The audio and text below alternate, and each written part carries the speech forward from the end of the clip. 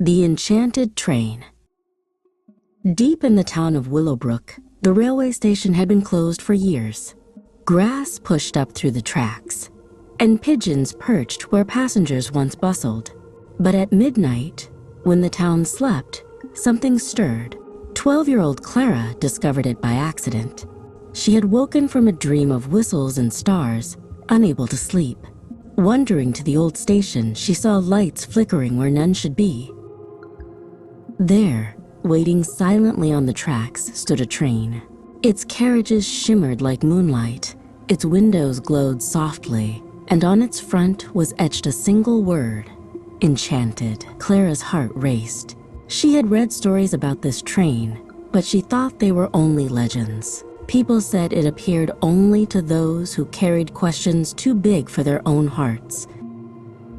The train's great brass whistle sang, low and deep.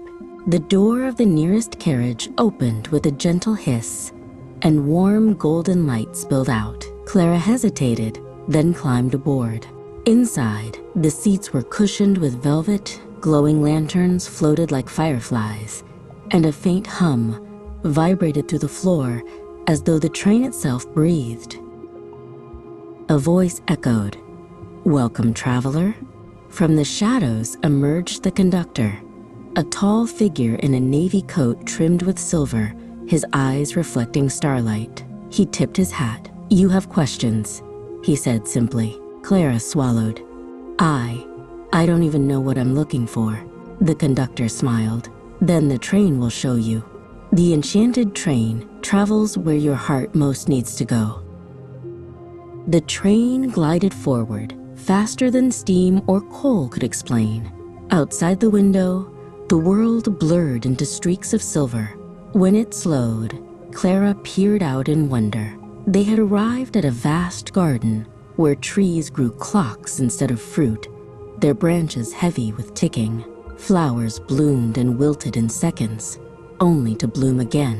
In the center, an old woman in a cloak tended the plants. She looked up and said, "So the train has brought you." The train carried Clara to a lake so still it reflected the sky like polished glass.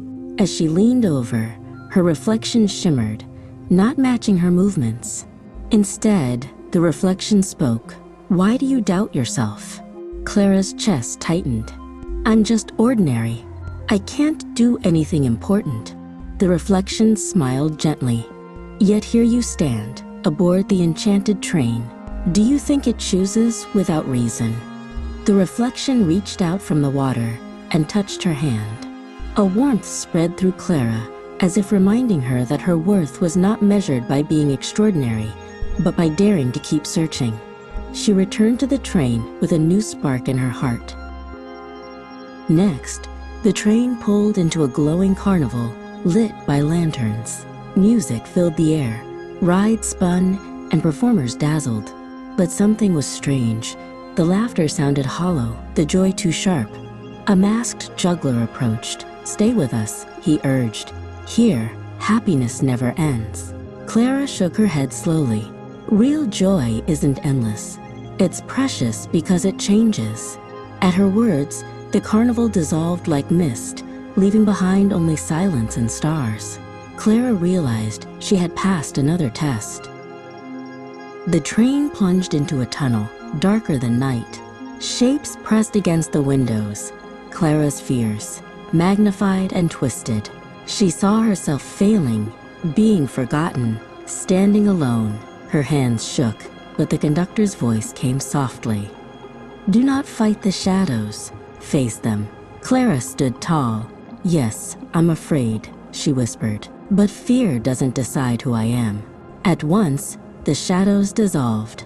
Light burst through the tunnel, and the train emerged into dawn.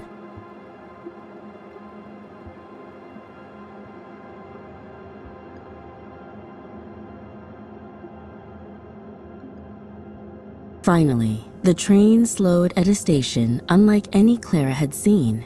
Its roof sparkled with constellations, and its walls shimmered like sunrise. A sign above the arch read, "Tomorrow." The conductor turned to her. Every journey must end where the heart chooses. Beyond this station lies your tomorrow. What will you do with it? Clara thought of the garden, the mirror, the carnival, the tunnel. She thought of her family waiting back home. She straightened her shoulders. "I'll go back," she said firmly. "I'll carry what I've learned into my own life. My tomorrow begins there." The conductor's eyes glimmered with pride. "Then you are ready."